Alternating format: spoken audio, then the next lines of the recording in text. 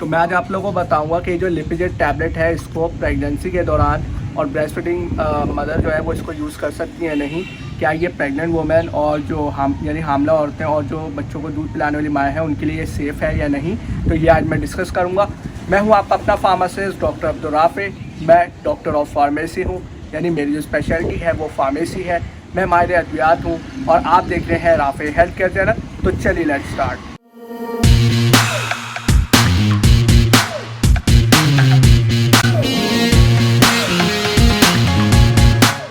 इसका जो brand name है वो लिपिजेट है और जो इसके जेनेरिक एक्टिव फार्मास्यूटिकल इंग्रेडिएंट है वो एटोर्वास्टेटिन है।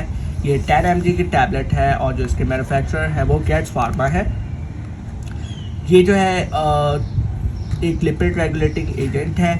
और चले अब इसके बात करते हैं कि इसको प्रेगनेंसी के अंदर और ब्रेस्ट फीडिंग के दौरान यूज़ कर सकते हैं या नहीं, क्या ये सेफ़ है या नहीं। तो स्टार्ट करते हैं।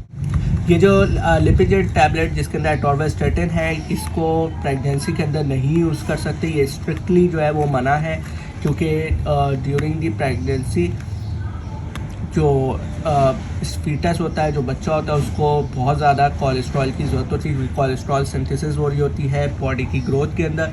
तो ये जो एटोर्वास्टेटिन है ये जो है उसकी जो ग्रोथ होती है बच्चे की उसको इफ़ेक्ट करता है, जिसकी वजह से इश्यूज़ आते हैं और सिवियर किस्म के इश्यूज़ आते हैं, मसले आते हैं, ठीक है। और उसकी बेबी की जो ग्रोथ है उसको स्टॉप करते हैं। तो इसीलिए इसको बिल्कुल भी नहीं यूज़ करना चाहिए प्रेगनेंसी के अंदर।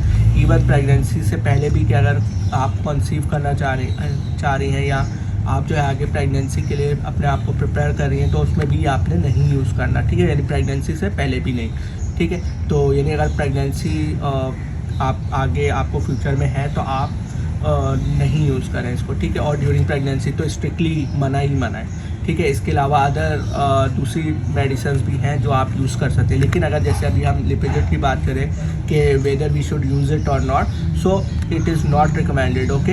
ये नहीं यूज़ करना प्रेगनेंसी के अंदर। अब बात कर लेते हैं कि ब्रेस्ट फीडिंग के दौरान इसको यूज़ करना चाहिए या नहीं। यानी जो माएँ बच्चों को दूध पिलाती है तो वो यूज़ कर सकती है नहीं, उनके बच्चे के लिए नुकसानदेह है या नहीं, तो बिल्कुल है।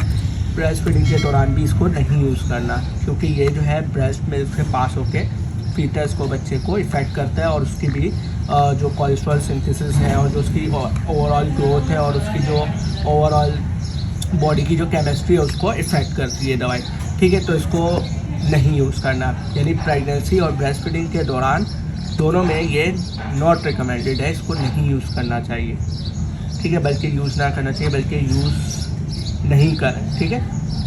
क्योंकि अब ऐसे बात करें तो फिर अगर इन कंडीशन में फिर कौन सी दवाई यूज़ करें, तो there is a separate list of medicine.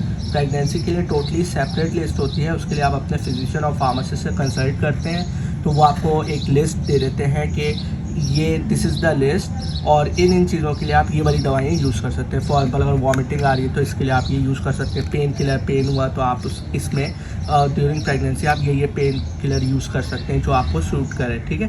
तो ये आपके फिजिशियन और फार्मासिस्ट आपको गाइड करते हैं। तो कभी भी ऐसा हो तो आप अपने फिजिशियन और फार्मासिस्ट से कंसल्ट करें, तो वो आपको लिस्ट दे देंगे कि जैसे मैंने आपको बताया कि इन चीज़ों के लिए आप ये मेडिसिन यूज़ कर सकते हैं और ये आपके लिए सेफ़ होगा, ठीक है।